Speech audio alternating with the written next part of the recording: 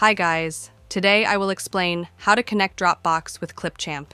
This process is really simple and easy. The first thing is open your application and sign in your account, which you want to connect with the Dropbox. As you can see, I already signed in my account. The next thing is, click on the option to create a new video to get access to the timeline.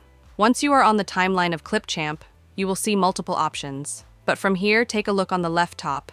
You will see the option of import. You don't have to click on this option import, just click on this arrow. And here you can see the option of Dropbox in order to connect it. Click on it and tap on the option to continue.